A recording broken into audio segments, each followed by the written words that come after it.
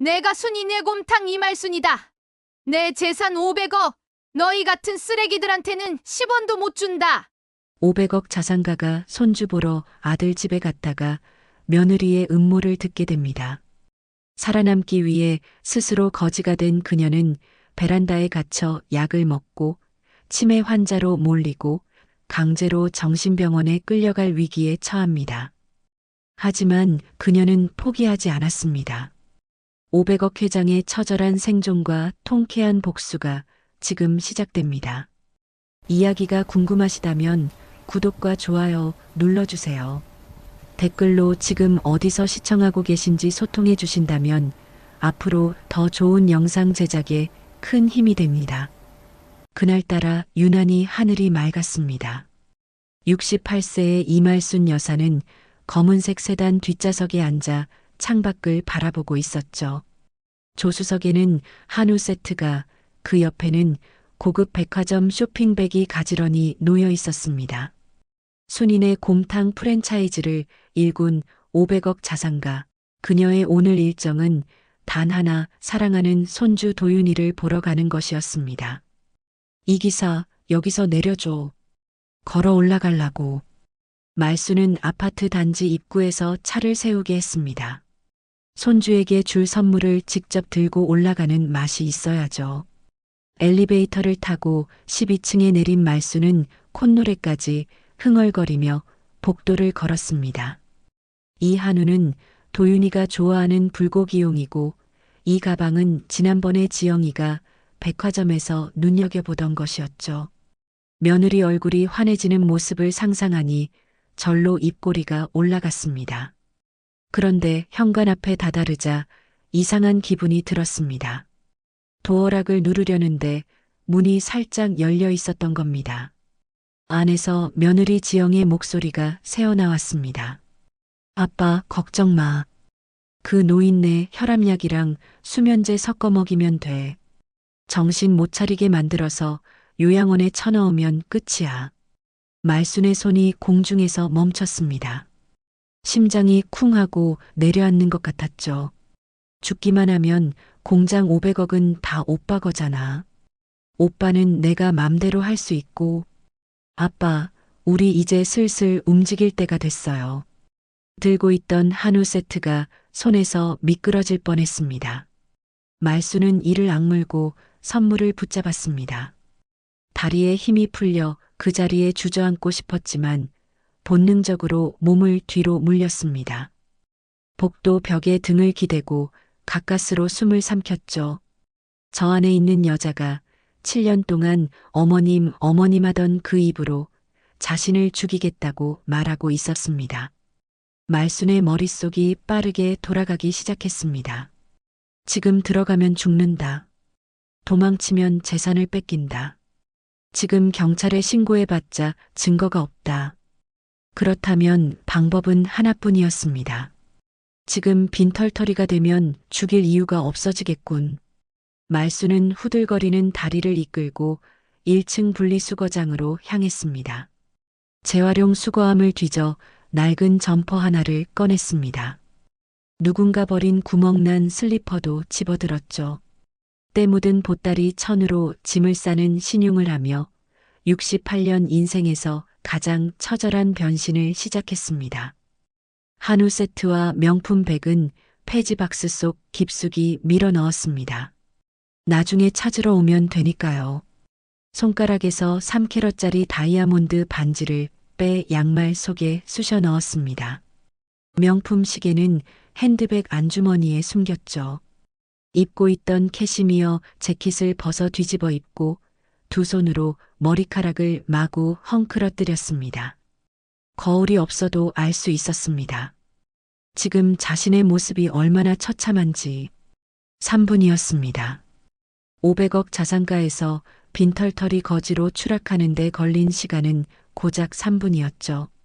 말수는 현관 초인종을 눌렀습니다. 문이 열리자마자 마루에 엎어지며 대성통곡을 시작했습니다. 아이고 지영아, 나 망했다. 사기당해서 공장이고 집이고 다 날렸어. 빚쟁이들이 쫓아온다. 문 잠가라. 어머님? 지영이 전화기를 내리며 눈을 동그랗게 떴습니다. 반기는 표정은 찰나에 불과했죠. 시어머니의 행색을 위아래로 훑어보더니 얼굴이 차갑게 굳어갔습니다. 망해요? 500억이 다 날아갔다고요? 노망 나셨어요? 진짜야, 진짜라니까? 도장 찍은 게 위조 서류였어. 다 털렸어. 지영이 시어머니의 팔을 잡아 끌어 현관 안으로 들였습니다. 문을 쾅 닫더니 말순의 몸을 거칠게 뒤지기 시작했죠. 주머니를 털고 핸드백을 뒤집고 허리춤까지 더듬었습니다. 진짜 빈털털이에요? 숨겨온 거 없어요? 없다 없어. 차비도 없이 도망 나왔다니까. 말순은 바들바들 떨며 연기를 이어갔습니다. 양말 속 반지가 들킬까봐 발가락에 힘을 주고 있었죠. 목이 탔습니다. 말순이 물 한 잔만 달라고 하자 지영은 싱크대 위에 놓인 컵라면 용기를 가리켰습니다. 찬물도 아까워요. 저거라도 드세요. 먹다 남은 라면 국물이었습니다. 말순이 500억 자산가에서 거짓골이 되었다고 하니 드디어 며느리 지영은 본색을 드러냈습니다. 말순은 치욕을 삼키며 그 탁한 국물을 삼키는 척 했습니다. 해가 지고 나자 지영은 베란다 문을 열었고 페브리즈를 시어머니 얼굴에 마구 뿌려대며 코를 막았죠. 아 썩은내. 거지 냄새 배니까 거실에 나오지 마세요. 세탁기 옆 시멘트 바닥에 신문지 몇 장을 깔아주는 것이 전부였습니다. 난방도 안 되는 베란다에서 말순은 무릎을 끌어안고 웅크렸습니다. 12월의 찬바람이 뼈를 에웠지만 가슴속에서는 더 차가운 것이 얼어붙고 있었죠. 그날 저녁 퇴근한 민호가 현관문을 열었습니다. 지영이 먼저 달려가 남편의 귀에 속삭였죠. 여보, 어머님이 쫄딱 망해서 오셨어. 빚쟁이들이 우리까지 해코지하면 어떡해?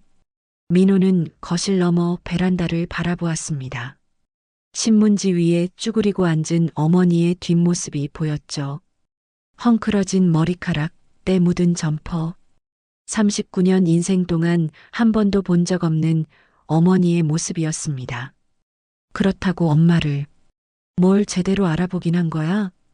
민호가 베란다 쪽으로 한 발 내디디려는 순간 지영이 팔을 잡아당겼습니다.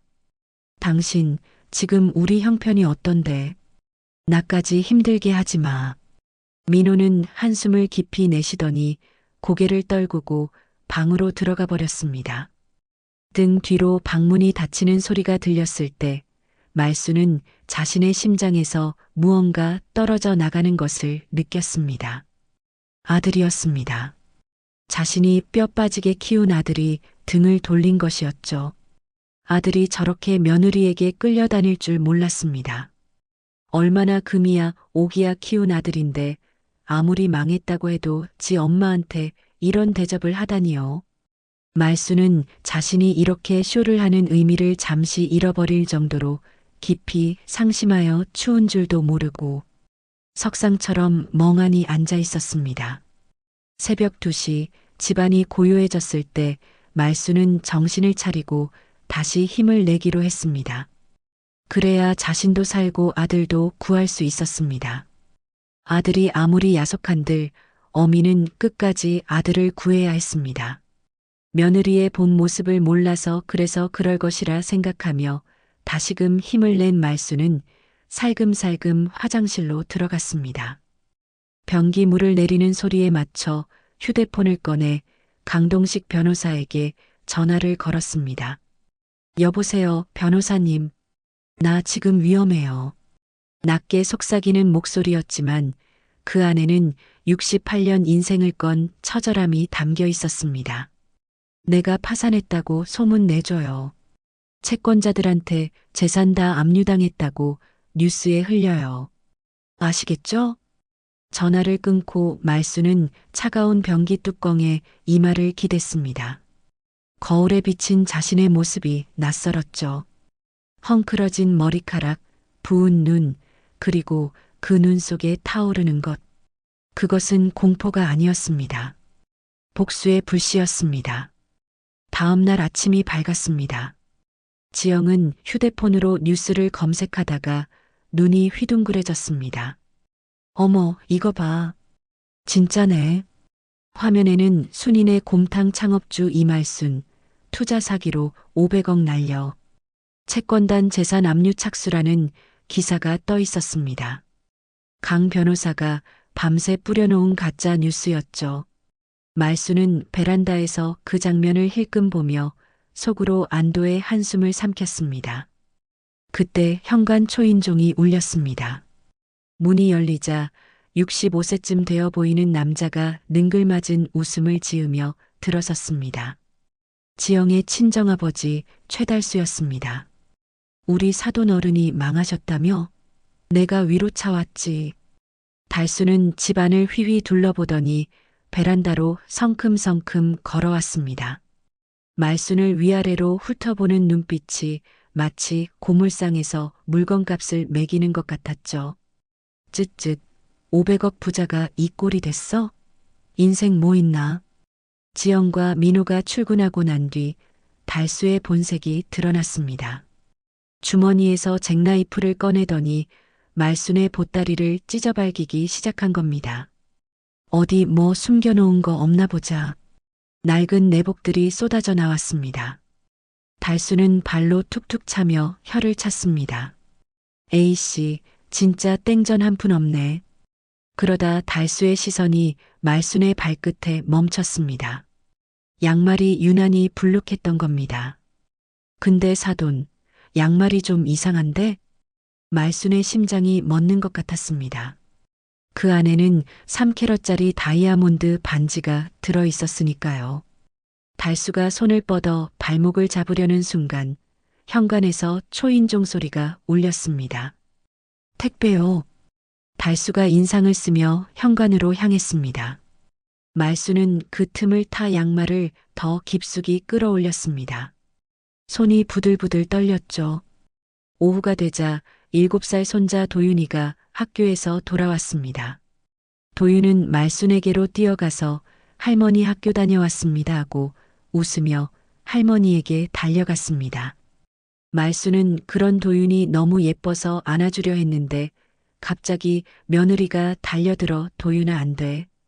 이제 할머니 거지야. 나쁜 균 옮을 수도 있어. 하며 아이를 방으로 돌려보냈습니다. 도윤이는 눈이 휘둥그레졌고 말수는 입술을 깨물며 고개를 숙였습니다.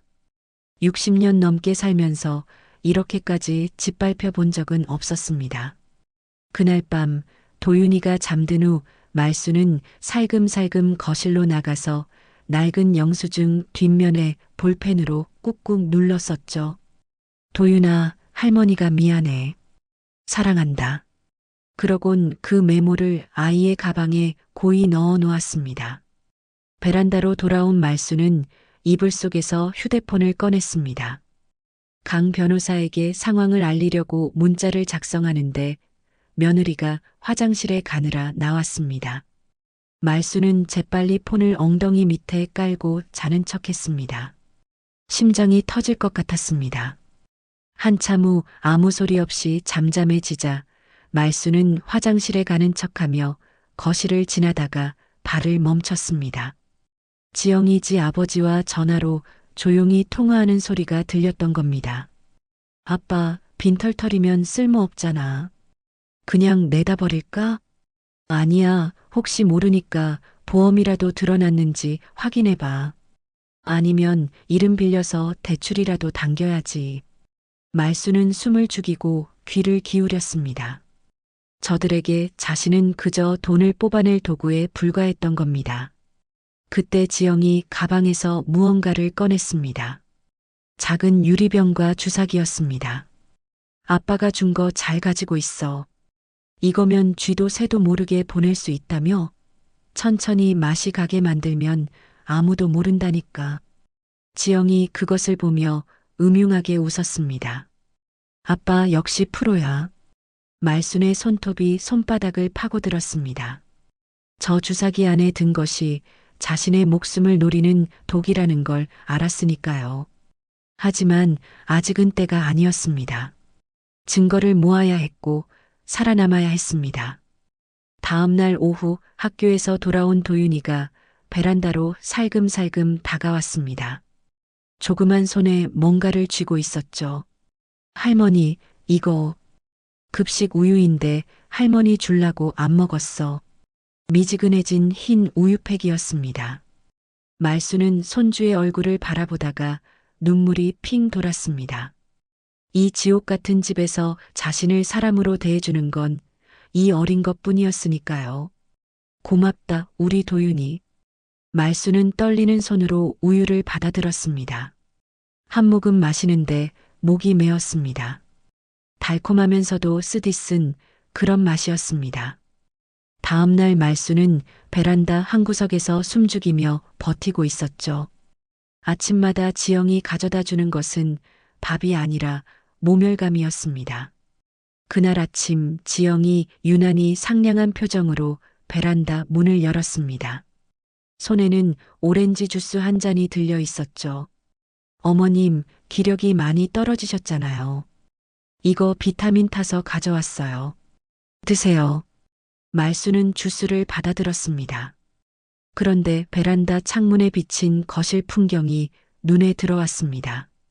거울처럼 반사된 화면 속에서 지영이 방금 전 부엌에서 무언가를 주스에 타는 장면이 선명하게 보였던 겁니다. 하얀 가루였습니다. 고맙다, 지영아. 말수는 떨리는 손으로 주스 잔을 입에 가져갔습니다. 벌컥벌컥 마시는 척하며 입안에 머금기만 했죠. 지영이 흐뭇한 표정으로 뒤돌아서는 순간 말수는 재빨리 옆에 있던 화분에 입안의 주스를 뱉어버렸습니다. 고개를 푹 숙인 척하며 나머지 주스도 화분 흙 속으로 쏟아부었죠. 1시간쯤 지났을까요? 약이 듣지 않자 지영이 의아한 표정으로 베란다를 힐끔거렸습니다. 말수는 그때를 놓치지 않았습니다. 어이고, 어이고. 갑자기 눈을 희번덕거리며 헛소리를 시작한 겁니다. 회장님 오셨습니까? 아이고, 어서 오세요. 곰탕 끓여야지 사골 푹 고아야 하는데. 말수는 허공을 향해 절까지 했습니다. 완벽한 치매 환자 연기였죠. 지영이 달려와 시어머니의 얼굴을 살폈습니다. 어머님? 어머님 정신 차려요. 손님 오셨는데 왜 이래? 국자 어딨어? 국자? 말수는 세탁기를 끌어안고 국을 젓는 신용을 했습니다. 지영의 입꼬리가 슬며시 올라갔습니다. 드디어 약이 듣기 시작하나 보네. 그 무렵 아침부터 와 있던 달수가 거실 소파에서 TV를 보다가 말순 쪽으로 어슬렁거리며 다가왔습니다. 갑자기 말순의 턱을 잡더니 입을 벌리게 했죠. 야, 이빨 좀 보자. 금리 있으면 팔아야지. 말순이 저항했지만 소용없었습니다. 달수가 손가락으로 이를 훑어보더니 실망한 표정을 지었습니다. 즉, 전부 임플란트네. 팔 것도 없어? 모멸감이 뼈를 찔렀지만 말수는 꾹 참았습니다. 아직은 참아야 할 때였으니까요. 점심때가 되자 지영이 라면을 끓였습니다. 베란다로 냄비를 들고 오더니 말순 앞에 툭 내려놓았죠. 그런데 그 순간 지영의 손이 미끄러지며 끓는 국물이 말순의 발등 위로 쏟아졌습니다. 아! 말순이 비명을 질렀습니다. 살이 빨갛게 달아올랐죠. 어머, 죄송해요. 손이 미끄러졌네. 지영의 눈가에는 웃음기가 어려 있었습니다. 일부러 그런 것이었죠. 말수는 화상 입은 발등을 부여잡고 이를 악물었습니다. 그날 저녁 더 끔찍한 일이 벌어졌습니다. 지영이 자기 팔뚝을 꼬집어 시퍼런 멍을 만들더니 퇴근한 민호 앞에서 울음을 터뜨린 겁니다.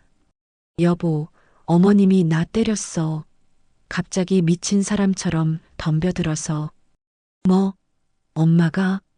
도윤이도 밀쳤어. 우리 아들이 넘어져서 무릎 까졌다고.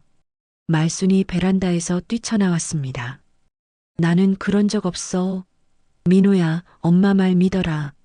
지영이 민호의 팔을 움켜쥐었습니다. 당신 어머님 편들 거야? 도윤이 다치면 어떡하려고. 민호는 어머니와 아내 사이에서 입을 열지 못했습니다. 지영이 쐐기를 박듯 말했죠. 당신 어머님이 도윤이 죽이면 책임질 거야?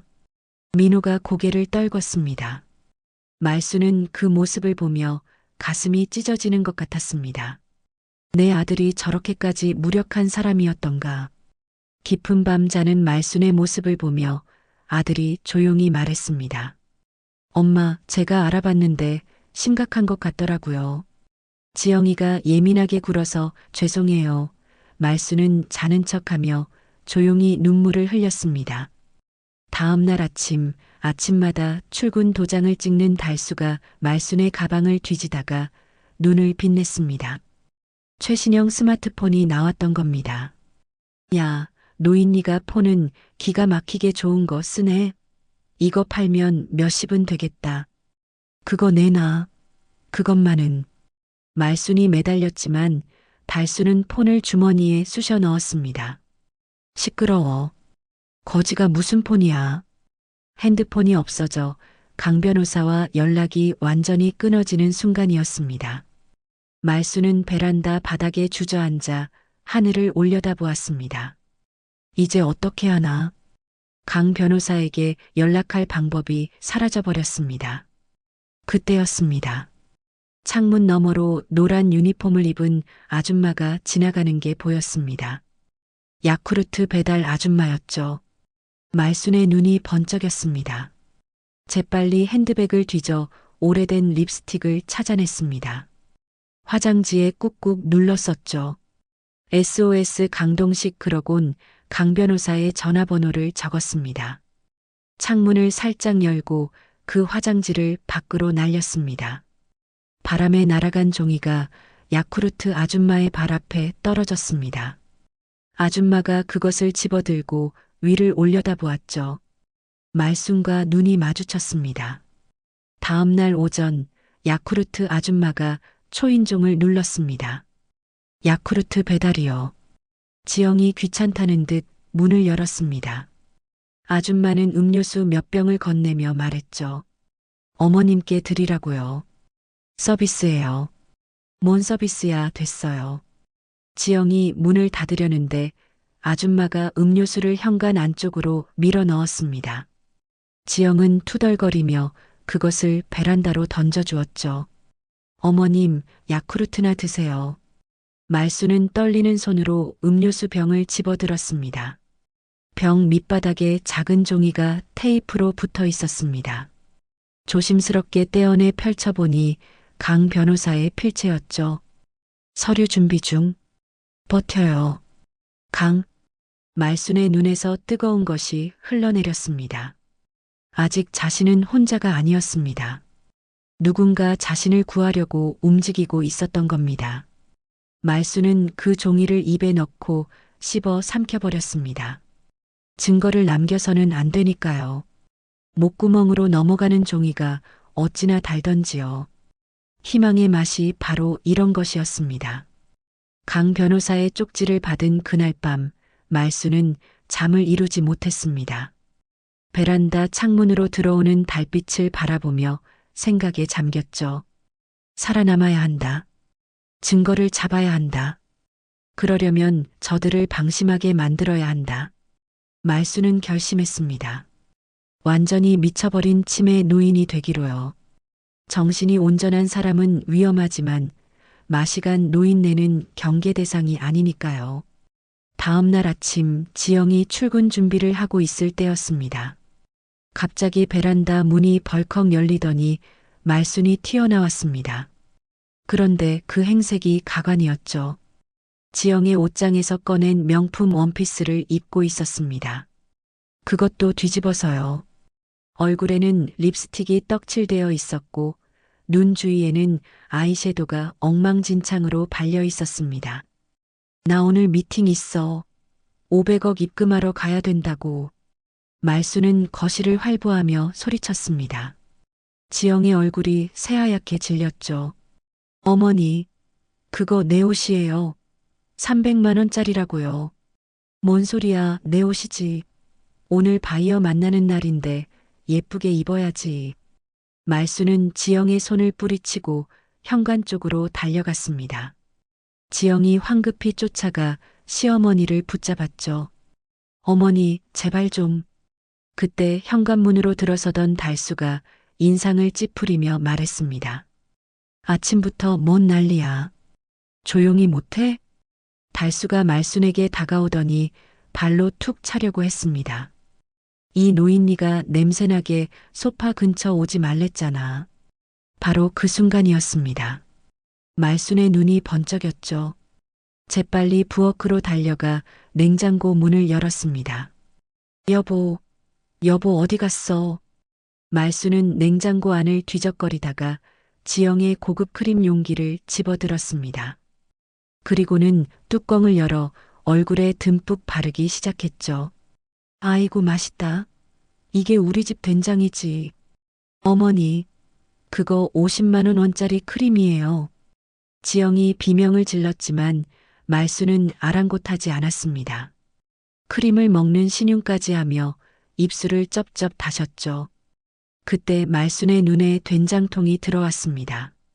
순간 기막힌 생각이 떠올랐습니다. 된장통을 움켜쥐고 달수에게 다가갔죠. 여보, 피부가 왜 이렇게 거칠어? 내가 팩해줄게. 뭐? 야, 이 노인니가. 달수가 뒷걸음질 쳤지만 말순이 더 빨랐습니다. 된장을 한 움큼 퍼서 달수의 얼굴에 꽉 문질러 버린 겁니다. 으악, 눈에 들어갔어. 눈에. 달수가 비명을 지르며 바닥에 나뒹굴었습니다. 된장이 눈에 들어가 따가웠던 거죠. 지영은 그 광경을 보고 구역질을 했습니다. 으액 냄새. 아빠 괜찮아요? 집안이 완전히 아수라장이 되었습니다. 달수는 욕을 퍼부으며 화장실로 뛰어갔고 지영은 크림 용기를 부여잡고 울상이 됐죠. 말수는 그 틈을 타 거실의 한쪽에 있는 큰 곰인형의 눈 부분에 초소형 감시 카메라를 심었습니다. 야쿠르트 아줌마가 음료수 병에 숨겨 전해준 초소형 카메라였죠. 강 변호사가 준비해둔 것이었습니다. 렌즈가 거실 전체를 향하도록 각도를 조절했죠. 이제 저들이 무슨 짓을 해도 다 녹화될 것이었습니다. 단숨에 설치를 끝낸 말수는 다시 미친 사람 연기를 시작했습니다. 국자 어딨어? 곰탕 끓여야 해. 손님들 기다린다고. 달수가 눈을 벌겋게 충혈시킨 채 화장실에서 나왔습니다. 야 지영아, 저 노인네 완전히 맛이 갔어. 미친년이야 미친년. 지영이 한숨을 푹 쉬었습니다. 그러니까요. 이제 뭘 해도 모르겠네. 우리 맘대로 해도 되겠어요. 말수는 속으로 쾌재를 불렀습니다. 작전이 성공한 겁니다. 이제 저들은 자신을 경계하지 않을 것이었죠. 그날 밤 달수는 자기 집에 가지 않고 거실에서 잠들었는데 그가 잠든 사이 말수는 살금살금 그의 바지에 다가갔습니다. 부엌에서 가져온 고춧가루를 바지 안쪽에 살살 뿌려 놓았죠. 작은 복수였지만 속이 다 시원했습니다. 다음 날 아침 달수가 그 바지를 입고 나갔다가 30분 만에 돌아왔습니다. 얼굴이 벌겋게 달아올라 있었죠. 야, 이 집에 벌레 있어? 온몸이 따가워 죽겠어.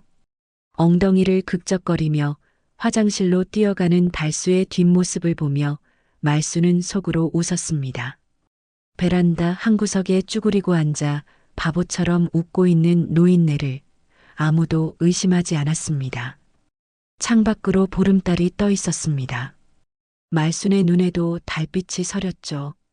그것은 눈물이 아니었습니다. 이제 곧 터질 복수의 서광이었습니다. 며칠이 더 흘렀습니다. 말수는 낮에는 미친 척 연기를 하고 밤에는 곰인형 카메라의 녹화 상태를 점검하며 하루하루를 버텼습니다. 그러던 어느 날 오후 뜻밖의 일이 벌어졌습니다. 지영이 외출한 틈을 타 도윤이가 베란다로 살금살금 다가왔습니다. 조그만 손으로 할머니의 소매를 잡아당기더니 고개를 바짝 들이밀었죠. 할머니, 나 무서워. 왜 그래, 우리 도윤이. 무슨 일 있어? 도윤이의 눈가가 빨갛게 물들어 있었습니다. 입술을 달싹거리더니 작은 목소리로 속삭였죠. 엄마가 전화로 그랬어. 할머니 나쁜 데 보낸다고. 무서운 아저씨들 온다고. 말순의 심장이 철렁 내려앉았습니다. 7살밖에 안 된 아이가 그 말을 듣고 얼마나 무서웠을까요? 할머니 가지 마. 응? 나 할머니 없으면 싫어. 도윤이가 할머니의 품에 얼굴을 파묻었습니다. 말순은 떨리는 손으로 손주의 등을 쓸어내렸습니다. 눈물이 볼을 타고 흘러내렸지만 소리내어 울 수는 없었죠. 안 가. 할머니 안 가. 도윤이 곁에 있을게. 그 약속이 지켜질 수 있을지는 말순 자신도 알 수 없었습니다. 하지만 이 아이에게는 거짓말이라도 해줘야 했습니다. 그게 할머니의 도리였으니까요. 그날 밤이었습니다. 시계가 새벽 1시를 가리킬 무렵 현관문이 덜컥 열렸습니다. 술 냄새가 진동하는 민호가 비틀거리며 들어왔죠. 거실 불도 켜지 않은 채 소파에 털썩 주저앉았습니다. 한참을 그렇게 앉아있던 민호가 천천히 베란다 쪽으로 고개를 돌렸습니다. 창문 너머로 신문지 위에 웅크리고 있는 어머니의 모습이 보였죠. 민호는 무거운 발걸음으로 베란다 문을 열었습니다. 엄마. 말순은 자는 척하고 있었습니다.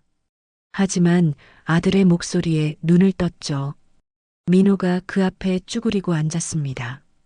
술 냄새 속에서 땀 냄새가 났습니다. 오랫동안 몸을 쓰며 일한 사람에게서 나는 냄새였죠. 엄마, 나 사실. 민호의 목소리가 갈라졌습니다. 어깨가 들썩이더니 결국 울음이 터지고 말았습니다. 나 회사 잘렸어. 6개월 전에. 지금 대리운전 뛰고 있어. 말순의 눈이 커졌습니다. 아들이 직장을 잃었다는 것도 몰랐던 겁니다. 빚이 너무 많아. 지영이가 쓴 카드가 장인어른한테 빌려준 돈 다 합치면 5억이 넘어.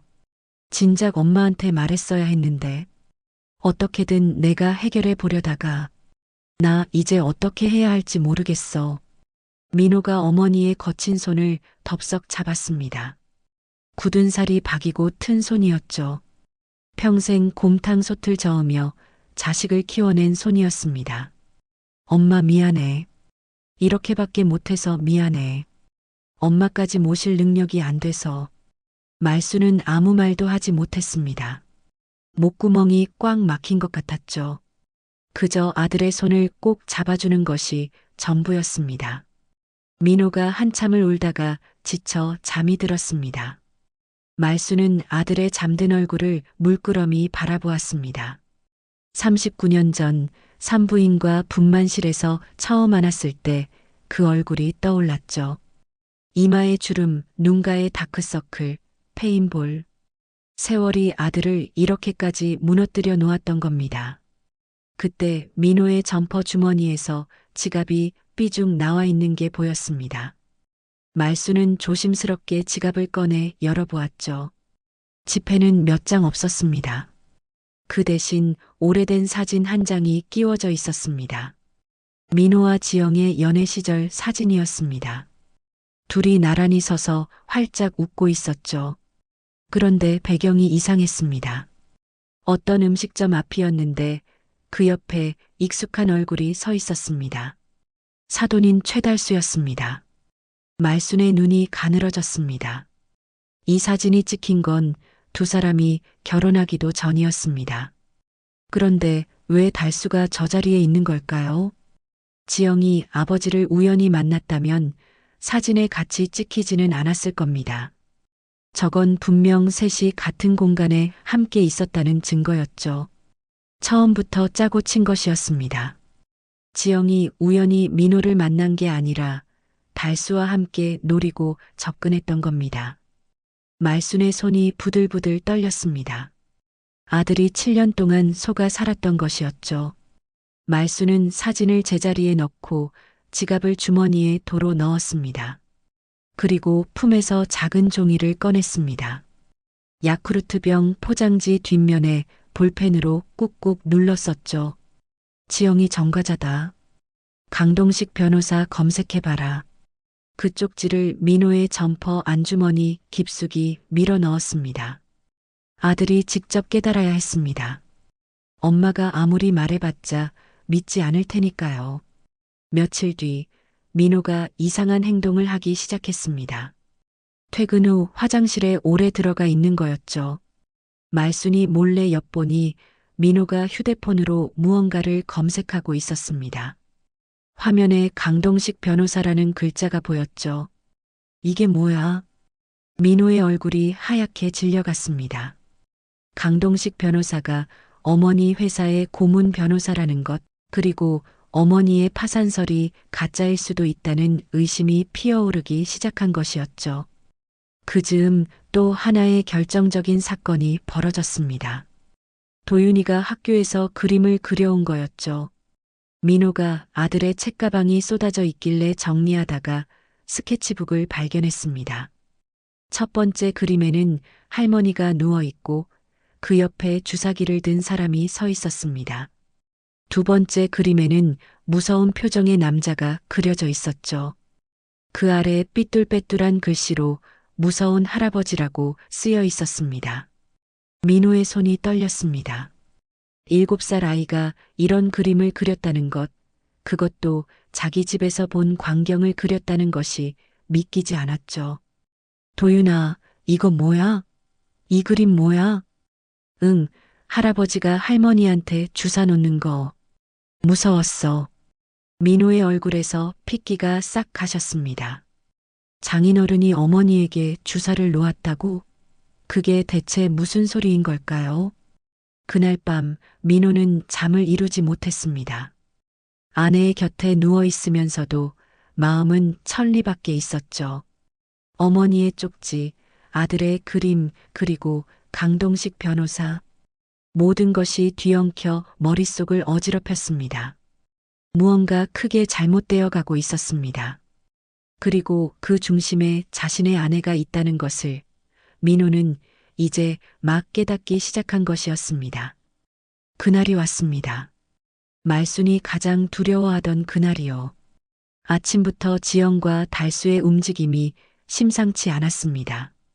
둘이 베란다에서 멀찍이 떨어진 안방에서 소곤소곤 이야기를 나누더니 지영이 전화를 걸었죠. 네, 오늘 저녁 7시요. 네, 폐쇄병동이요. 자리 났다고요? 잘 됐네. 확실하게 부탁드려요. 말순의 귀가 쫑긋 섰습니다. 미친 척 눈을 감고 있었지만 온 신경이 곤두서 있었죠. 폐쇄병동이라니.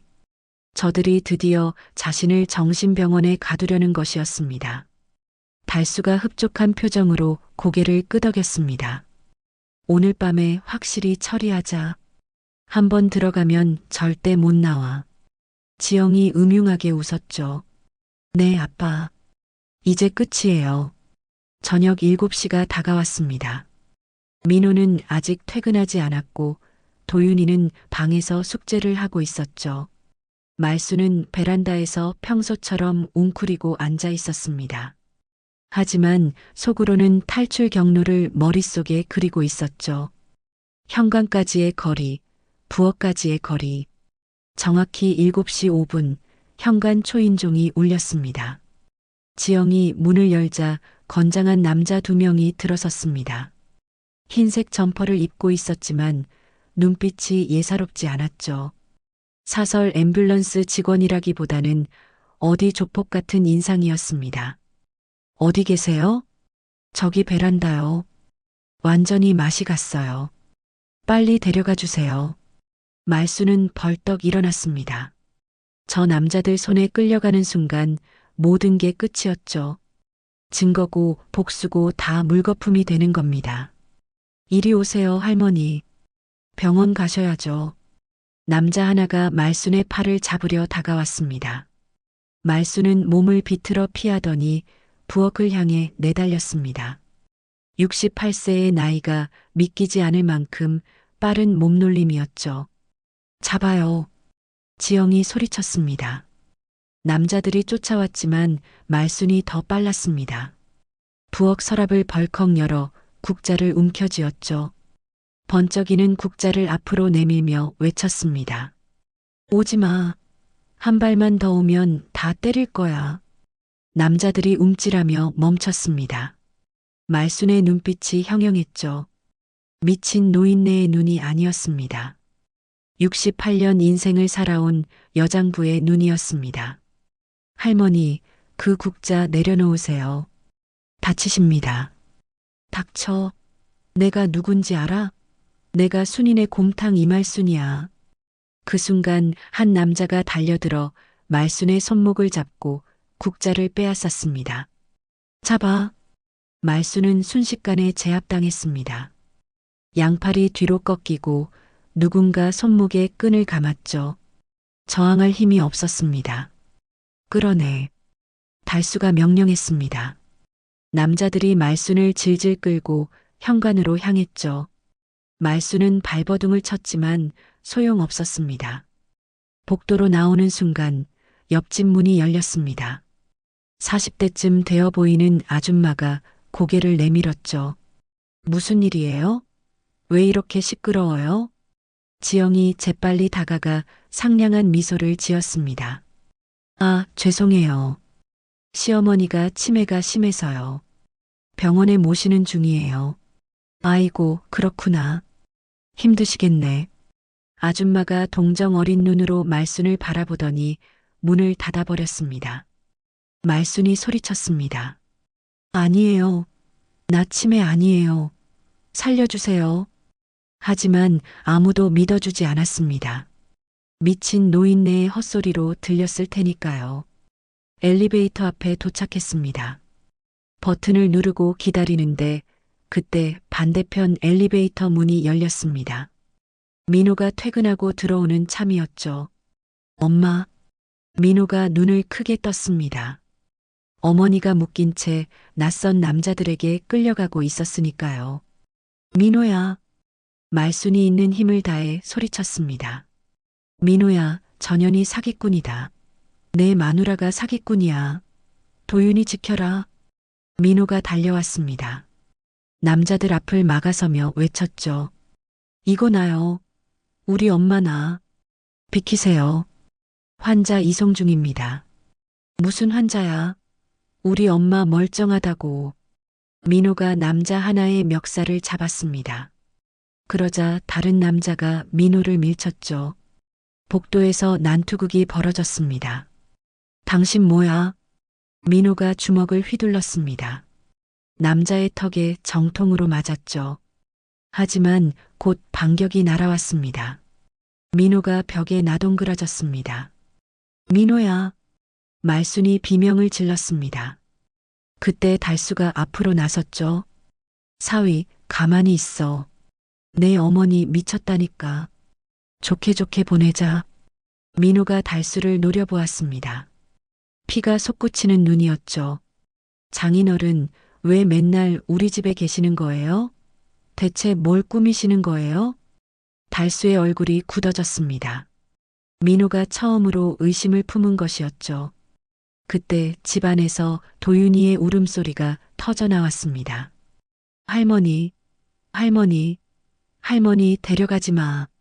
그 소리에 민호의 눈빛이 변했습니다. 아들의 울음소리, 어머니의 절규, 그리고 장인과 아내의 수상한 행동. 모든 것이 한순간에 연결되었죠.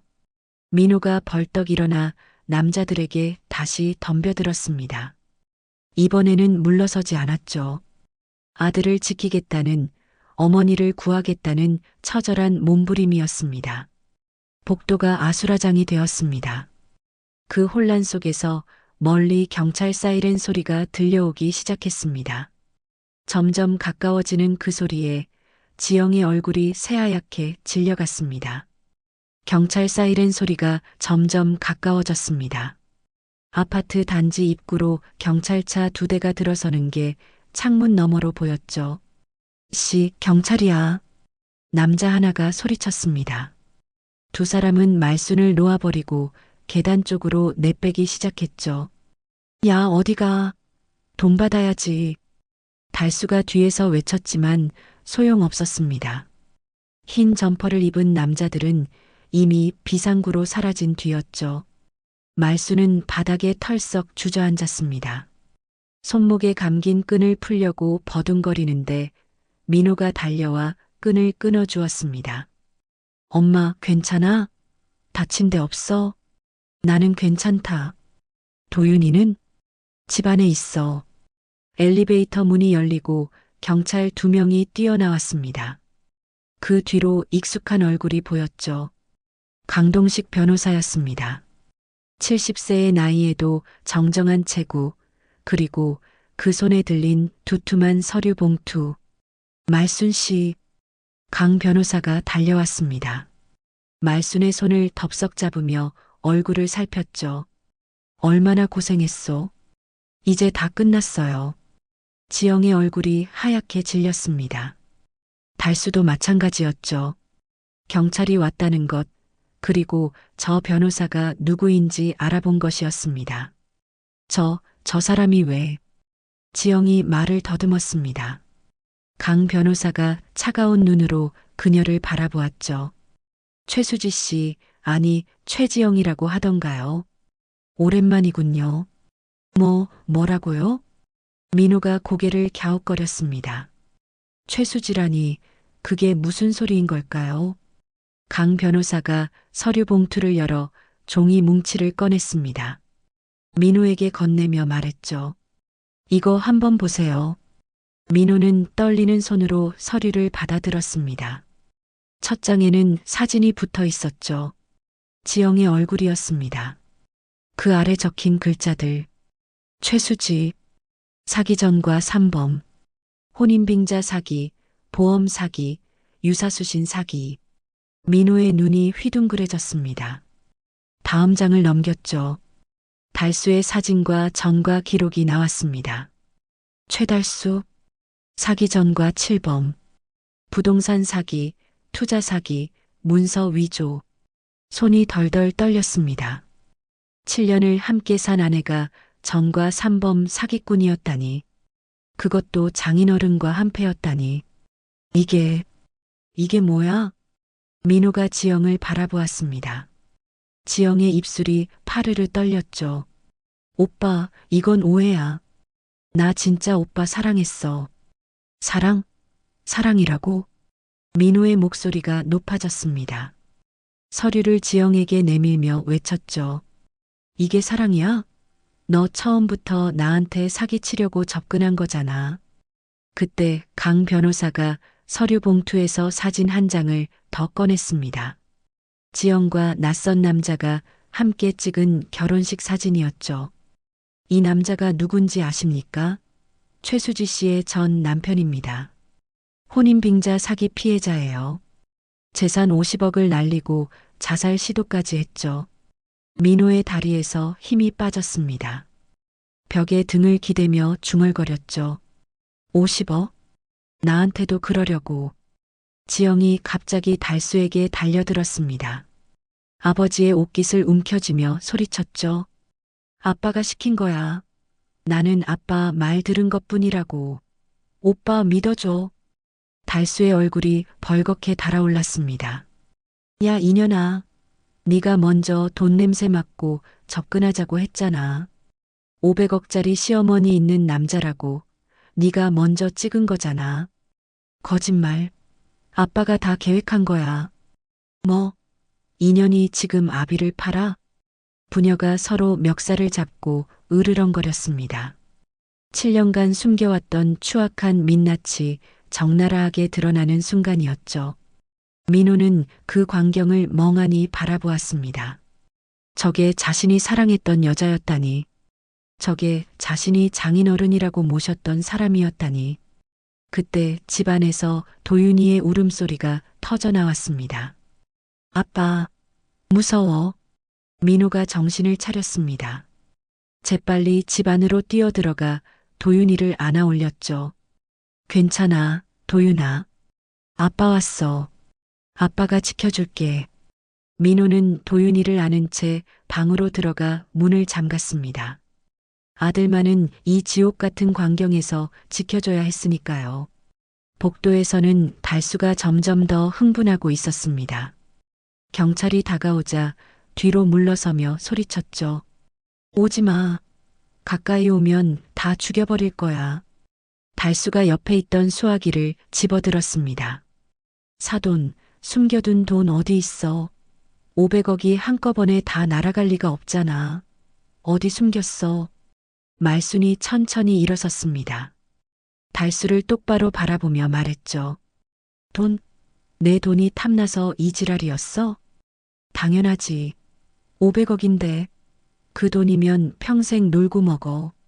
달수의 눈이 광기로 번들거렸습니다. 말수는 한 발짝도 물러서지 않았죠. 불쌍한 것. 돈에 눈이 멀어서 사람 구실도 못하는 것이 뭐, 이 노인이가. 달수가 수화기를 휘두르려는 순간 경찰 하나가 재빨리 달려들어 달수의 팔을 꺾었습니다.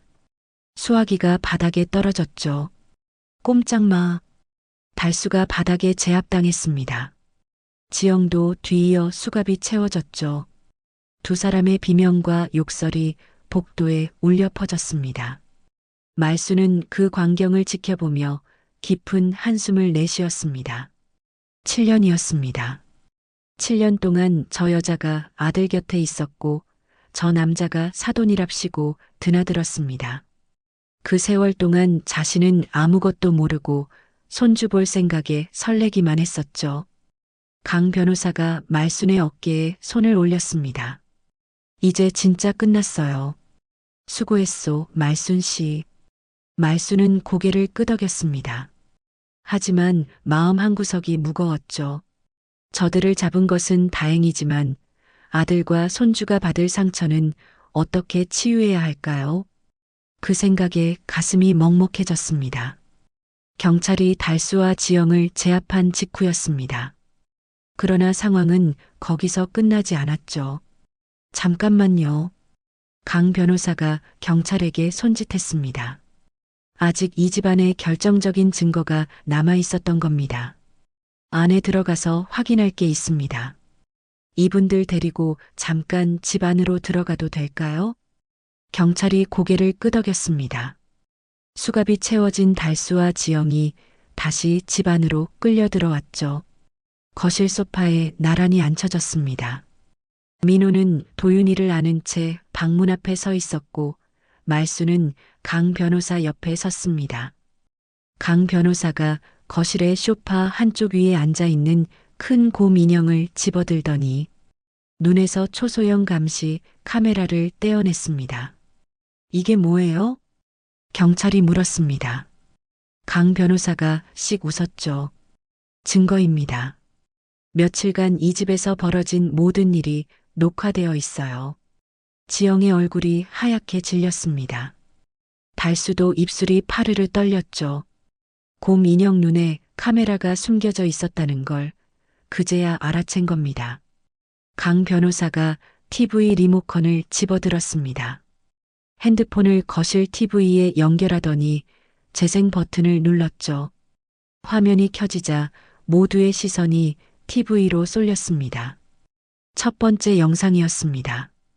달수가 말순의 보따리를 잭나이프로 찢어발기는 장면이 선명하게 찍혀 있었죠. A씨, 진짜 땡전 한 푼 없네. 화면 속 달수가 말순의 짐을 발로 툭툭 차고 있었습니다. 경찰들의 표정이 굳어졌죠. 두 번째 영상으로 넘어갔습니다. 지영이 부엌에서 주스에 하얀 가루를 타는 장면이었습니다. 어머님, 기력 회복하시라고요. 비타민 탔어요. 화면 속 지영의 목소리가 새근새근했습니다. 하지만 그 손에 들린 것은 비타민이 아니었죠. 경찰 하나가 혀를 찼습니다. 저게 환각제 아닙니까? 맞습니다. 분석 결과 고농도 환각 유도제로 확인됐어요. 강 변호사가 서류를 꺼내 보여줬습니다. 야쿠르트 아줌마를 통해 빼돌린 화분 흙을 분석한 결과였죠. 말순이 뱉어낸 주스가 흙에 스며들어 있었던 겁니다. 세 번째 영상이 재생됐습니다. 달수와 지영이 소파에 앉아 밀담을 나누는 장면이었죠. 아빠, 빈털털이면 쓸모없잖아. 그냥 내다 버릴까? 아니야, 혹시 모르니까 보험이라도 드러났는지 확인해봐. 아니면 이름 빌려서 대출이라도 당겨야지. 화면 속 달수가 가방에서 주사기와 앰플을 꺼내는 장면까지 고스란히 녹화되어 있었습니다. 이거면 쥐도 새도 모르게 보낼 수 있어. 거실이 쥐 죽은 듯 고요해졌습니다. 지영이 고개를 푹 숙였고 달수는 이를 악물고 있었죠. 네 번째 영상이 이어졌습니다. 가장 결정적인 장면이었죠. 어제 오후 달수가 낯선 남자와 함께 집에 들어오는 모습이 찍혀 있었습니다. 이 사람이 법무사야. 재산 포기 각서 받아내면 땅 문서 명의 이전할 수 있어. 화면 속 달수가 능글맞게 웃고 있었습니다. 그 옆에 서 있는 남자는 가짜 법무사였죠. 달수의 전과 7범 동료, 사문서, 위조 전문가였습니다. 어머님, 여기 도장 찍으세요. 재산 정리하셔야죠. 화면 속 지영이 말순 앞에 서류를 내밀었습니다. 말순은 손을 덜덜 떨며 연기했죠. 내 새끼, 내 손주만 안 건드리면 다 줄게. 처절한 연기였습니다. 달수와 지영은 완전히 속아 넘어갔죠. 땅이 어디 있어요? 강남이에요? 분당이에요? 화면 속 지영이 침을 질질 흘리며 재촉하고 있었습니다. 탐욕에 눈이 멀어 시어머니가 덫을 놓고 있다는 걸 전혀 눈치채지 못했던 겁니다. 영상 마지막 부분이었습니다. 말순이 각서에 지장을 찍으려는 순간 문득 중얼거렸죠. 근데 말이야, 곰탕은 역시 펄펄 끓여야 제맛이지. 그 순간 베란다 창문으로 레이저 포인터 빛이 들어왔습니다. 강 변호사가 건물 밖에서 보낸 신호였죠. 경찰이 대기하고 있다는 뜻이었습니다. 영상이 끝났습니다. 거실에 무거운 침묵이 내려앉았죠. 강 변호사가 경찰에게 말했습니다. 저 가짜 법무사도 공범입니다. 사문서 위조전과 이범, 현재 도주 중이에요. 체포영장 신청해 주십시오. 경찰이 고개를 끄덕이며 무전기를 들었습니다. 그때 말순이 천천히 움직였습니다. 양말을 벗더니 그 속에서 반짝이는 물건을 꺼냈죠. 3캐럿짜리 다이아몬드 반지였습니다. 이게 뭔지 알아? 말순이 지영을 똑바로 바라보며 말했습니다. 10억짜리 반지야. 내가 첫날부터 양말 속에 숨기고 있었어. 지영의 눈이 휘둥그레졌습니다. 달수도 입이 떡 벌어졌죠. 그럼 진짜 빈털터리가 아니었어요? 당연하지. 말순의 목소리가 차가웠습니다. 나 이말순이야. 순인의 곰탕 창업주. 500억 자산가. 너희 같은 쓰레기들한테 속을 사람이 아니지. 지영의 얼굴이 일그러졌습니다. 달수는 고개를 절레절레 흔들었죠. 말도 안 돼. 그 꼴로 베란다에서 굴렀으면서. 그게 다 연기였어. 너희 증거 잡으려고. 말순이 한 발짝 다가섰습니다. 수갑찬 지영의 얼굴을 내려다보며 말했죠. 7년이야. 7년 동안 내 아들 속이고 내 손주 앞에서 온갖 짓을 다 했어. 그 대가 톡톡히 치르게 될 거다. 지영이 갑자기 바닥에 엎드렸습니다. 말순의 발을 붙잡으며 울부짖었죠. 어머님, 제가 잘못했어요. 한 번만 봐주세요. 제발. 말순은 발을 빼며 뒤로 물러섰습니다. 차가운 눈으로 며느리를 내려다보았죠. 너한테 어머님 소리 들을 일 없다. 이제 민호가 방에서 나왔습니다. 도윤이는 안에서 재우고 온 모양이었죠.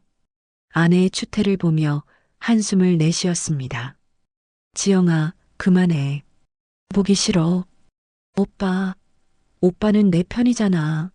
우리 7년을 같이 살았잖아. 민호가 고개를 저었습니다.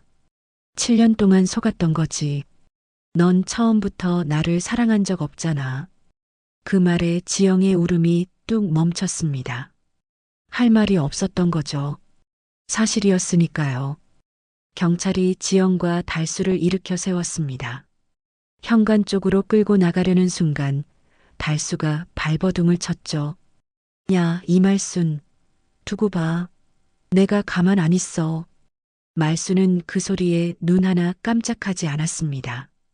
그저 조용히 중얼거렸죠. 그래, 두고 보자. 감옥에서 경찰이 지영과 달수를 현관 밖으로 끌어내려는 순간이었습니다. 강 변호사가 손을 들어 잠깐 멈춰 세웠죠. 잠깐만요.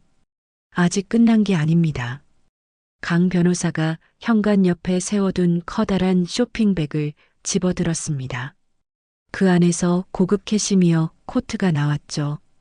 짙은 남색에 금실로 수놓은 단추가 달린 한눈에 봐도 몇백만 원은 넘어 보이는 코트였습니다. 말순 씨, 이제 본래 모습으로 돌아가시죠. 말순은 고개를 끄덕였습니다.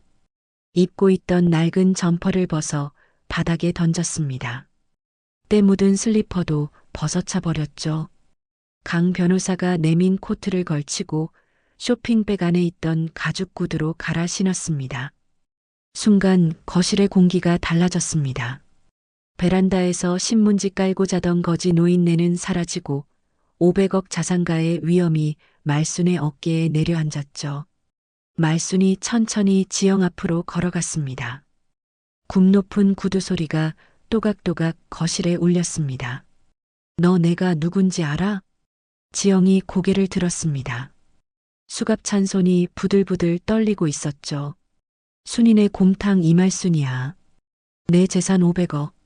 너희 같은 쓰레기들한테는 10원도 못 준다. 말순의 손이 번개처럼 움직였습니다. 찰싹?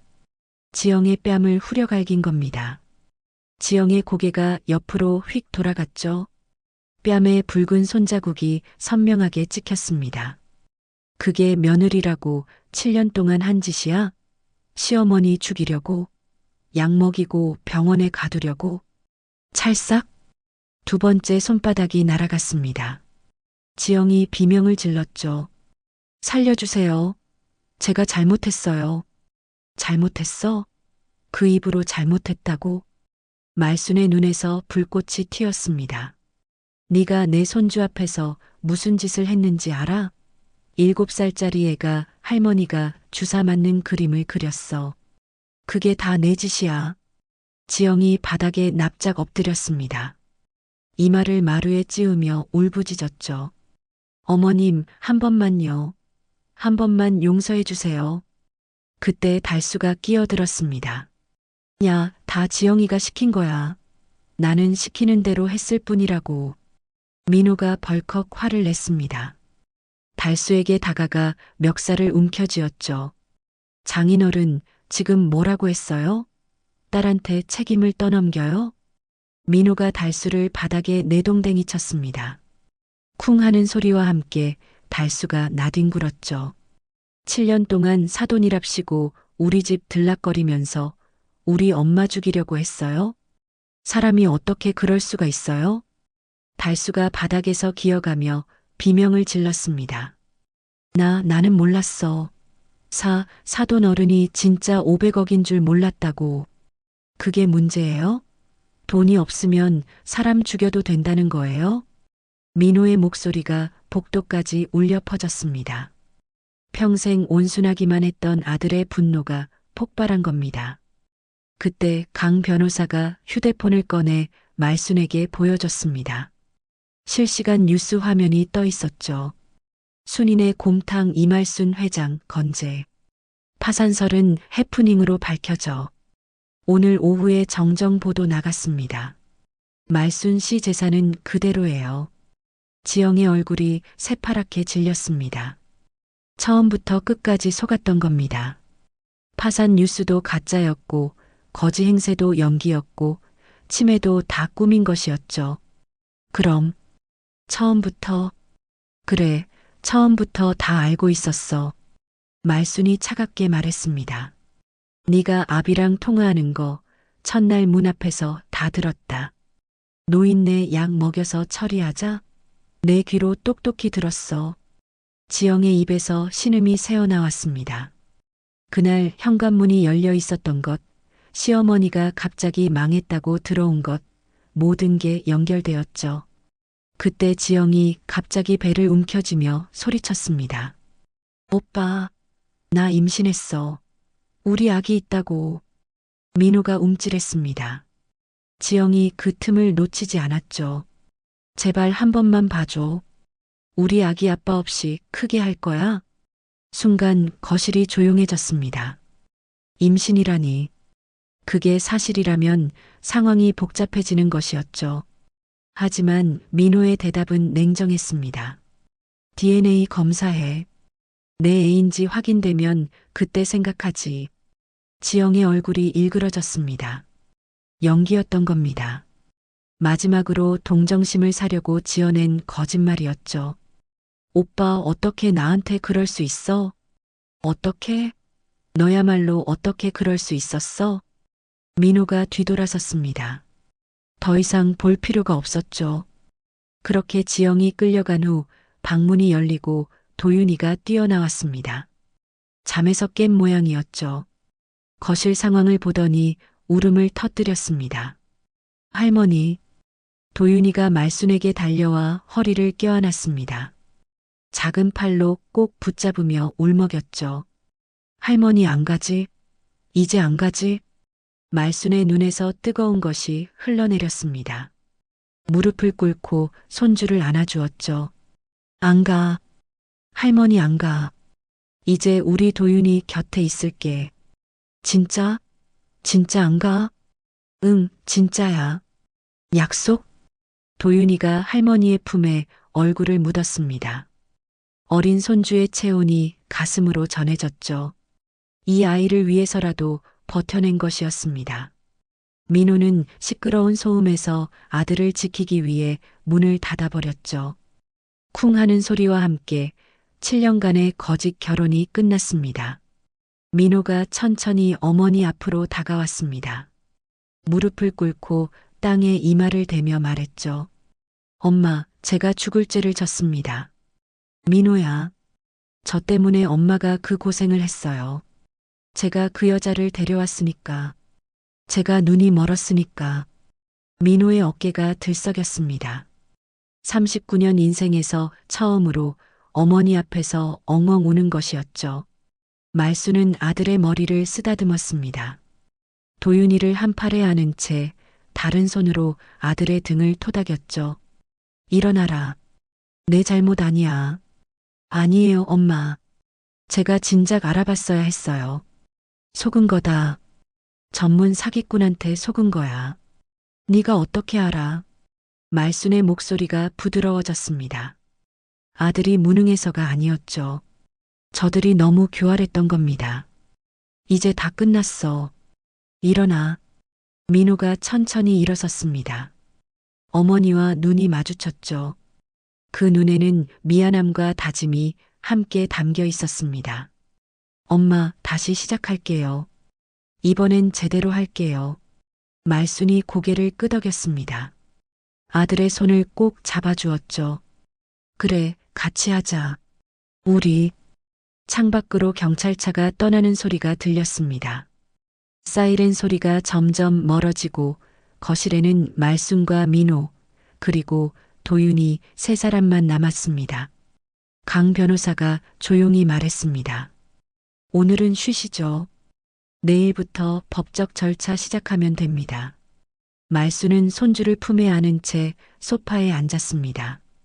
며칠간 잠을 제대로 못 잤는데 이상하게 잠이 오지 않았죠. 가슴속에 응어리졌던 무언가가 풀리는 느낌이었습니다. 끝났구나. 진짜 끝났어. 말순은 천장을 바라보며 깊은 한숨을 내쉬었습니다. 기나긴 싸움이었습니다. 하지만 살아남았고 지켜냈습니다. 그것만으로 충분했죠. 1년이 흘렀습니다. 서울 구치소 면회실 유리창 너머로 지영의 얼굴이 보였습니다. 1년 전과는 완전히 다른 모습이었죠. 푸석푸석해진 피부, 깊게 팬 눈 밑 그늘, 그리고 생기 없이 축 처진 어깨. 화려했던 그 시절은 온데간데 없었습니다. 민호가 유리창 앞에 앉았습니다. 손에는 서류 봉투가 들려 있었죠. 왜 왔어, 오빠? 지영의 목소리가 갈라졌습니다. 민호는 아무 말 없이 서류 봉투에서 종이를 꺼내 유리창에 대고 보여줬습니다. 이혼 서류였죠. 여기 사인해. 오빠, 나 아직 7년 남았어. 7년 기다려줄 수 없어? 민호가 고개를 저었습니다. 못 기다려. 아니, 기다릴 마음이 없어. 지영의 눈에서 눈물이 흘러내렸습니다. 하지만 민호의 마음은 이미 굳어 있었죠. 도윤이는 어때? 아들 얼굴이라도. 도윤이 얘기는 꺼내지 마. 네가 그 앞에서 무슨 짓을 했는지 잊었어? 민호의 목소리가 차가웠습니다. 지영이 입술을 깨물었죠. 나 여기서 아빠랑 매일 싸워. 다 아빠 때문이라고. 아빠가 나 이렇게 만들었다고. 같은 교도소에 수감된 달수와 지영은 운동 시간마다 마주쳤습니다. 그때마다 서로를 탓하며 고성을 질러댔죠. 딸은 아비를 원망했고 아비는 딸에게 책임을 떠넘겼습니다. 그렇게 부녀는 철창 안에서 서로를 물어뜯고 있었습니다. 사인해. 그게 마지막이야. 민호가 서류와 펜을 면회실 창구에 밀어 넣었습니다. 지영은 한참을 망설이다가 결국 펜을 들었죠. 손이 떨려 글씨가 삐뚤빼뚤했습니다. 서류를 받아든 민호가 자리에서 일어났습니다. 뒤도 돌아보지 않고 면회실을 나섰죠. 문이 닫히는 소리가 쿵 울렸습니다. 그것이 두 사람의 마지막이었습니다. 그 무렵 경기도 외곽의 순인의 곰탕 공장에서는 새벽부터 불이 켜져 있었습니다. 배송 트럭들이 줄지어 들어서고 직원들이 분주하게 움직이고 있었죠. 그중 한 사람이 민호였습니다. 곰탕 박스를 트럭에 싣고 배송 전표를 확인하고 새벽 배송을 나가는 것이 그의 일과였죠. 1년 전 어머니에게 무릎 꿇고 약속했던 대로 바닥부터 다시 시작한 것이었습니다. 박 부장님, 여기 전표요. 알았어. 민호가 환하게 웃으며 전표를 받았습니다. 박 부장. 배송직으로 시작해서 1년 만에 부장까지 올라온 것이었죠. 새벽같이 출근하고 누구보다 성실하게 일한 결과였습니다. 그날 저녁 민호는 어머니 집을 찾았습니다. 손에는 하얀 봉투가 들려 있었죠. 엄마, 이거 뭐야 이게? 말순이 봉투를 열어보았습니다. 안에는 현금 뭉치가 들어 있었죠. 부장되고 첫 월급이에요. 엄마한테 드리려고 한 푼도 안 쓰고 모았어요. 말순의 눈시울이 붉어졌습니다. 아들이 땀 흘려 번 첫 월급이라니. 그보다 귀한 선물이 어디 있을까요? 바보 같은 놈, 네가 써야지. 아니에요. 엄마가 받아야 해요. 엄마한테 진 빚 평생 갚을 거예요. 민호가 어머니의 손을 꼭 잡았습니다. 거칠어진 손이었죠. 1년 동안 박스를 나르고 트럭을 몰면서 굳은 살이 박힌 손이었습니다. 고맙다, 우리 아들. 말순이 아들의 손등을 토닥였습니다. 이제야 진짜 아들을 되찾은 기분이었죠. 며칠 후 도윤이의 학교에서 연락이 왔습니다. 학예회에서 장문 발표를 한다고 가족들이 와달라는 초대였죠. 말순과 민호가 나란히 학교 강당에 앉았습니다. 무대 위로 도윤이가 올라갔죠. 8살이 된 손주는 부쩍 의젓해져 있었습니다. 제목은 우리 할머니입니다. 도윤이가 또렷한 목소리로 장문을 읽기 시작했습니다. 우리 할머니는 세상에서 제일 강해요. 작년에 무서운 일이 있었는데 할머니가 다 해결했어요. 할머니는 곰탕을 제일 맛있게 끓여요. 할머니 곰탕을 먹으면 기분이 좋아져요. 나는 할머니가 세상에서 제일 좋아요. 할머니 사랑해요. 말순의 눈에서 눈물이 주르륵 흘러내렸습니다. 옆에 앉은 민호도 눈시울을 붉히고 있었죠. 강당에 모인 학부모들이 박수를 쳤습니다. 도윤이가 무대에서 손을 흔들었죠. 할머니, 나 잘했지? 말순이 손수건으로 눈물을 닦으며 크게 손을 흔들어 주었습니다. 저 아이를 위해 버텨낸 것이었습니다. 그 모든 치욕과 고통을 견딘 보람이 있었죠. 그해 가을 말순은 크루즈 여행을 떠났습니다. 옆에는 강동식 변호사가 함께였죠. 갑판 위에서 나란히 석양을 바라보고 있었습니다. 말순 씨, 이제 좀 쉬어요. 평생 고생만 했잖소. 고생이요? 그게 다 제 복이었죠. 말순이 빙긋 웃었습니다. 바닷바람이 머리카락을 흩날렸죠. 강 변호사가 주머니에서 작은 상자를 꺼냈습니다. 뚜껑을 열자 반짝이는 반지가 나왔죠. 그런데 그 반지가 낯익었습니다. 이거 양말 속에 숨겼던 그 반지요. 세공사한테 맡겨서 다듬었소. 말순의 3캐럿 다이아몬드 반지였습니다. 생사의 기로에서 자신을 지켜준 그 반지가 이제는 결혼 반지로 다시 태어난 것이었죠. 말순 씨, 남은 인생 저랑 곰탕 말고 사랑 끓이시죠. 말순이 한참을 바라보다가 피식 웃었습니다. 변호사 양반, 그 나이에 그런 말이 어디서 나와요? 마음에서 나오지 어디서 나오겠소. 두 사람이 마주보며 웃었습니다. 노을빛이 바다를 물들이고 갈매기들이 하늘을 날았죠. 말순이 손을 내밀었습니다. 강 변호사가 떨리는 손으로 반지를 끼워 주었죠. 한 달 뒤 말순의 집에서 작은 파티가 열렸습니다.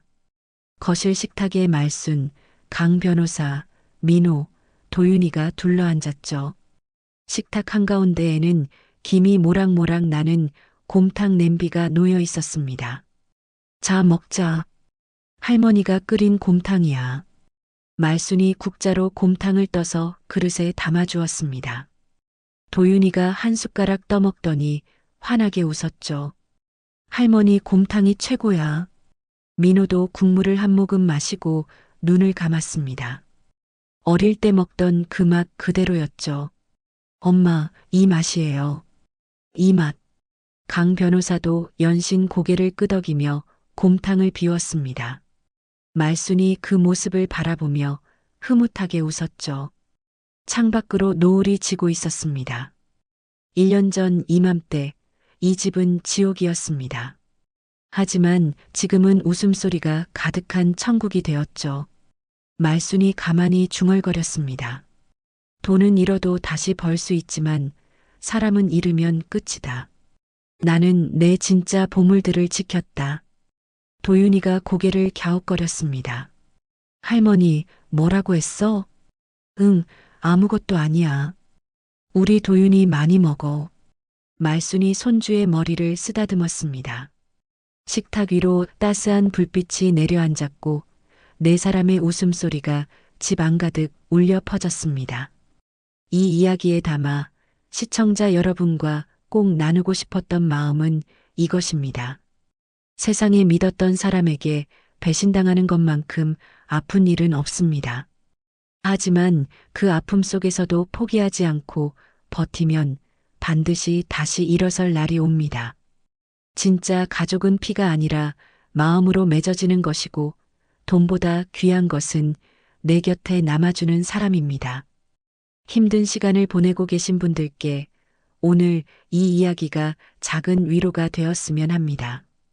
오늘 이야기를 끝까지 들어주셔서 감사합니다. 영상 보시고 느끼신 감정, 댓글로 함께 나눠주세요. 여러분의 한마디가 누군가에겐 큰 위로가 될 수 있습니다. 영상이 마음에 드셨다면 구독과 좋아요로 응원 부탁드립니다.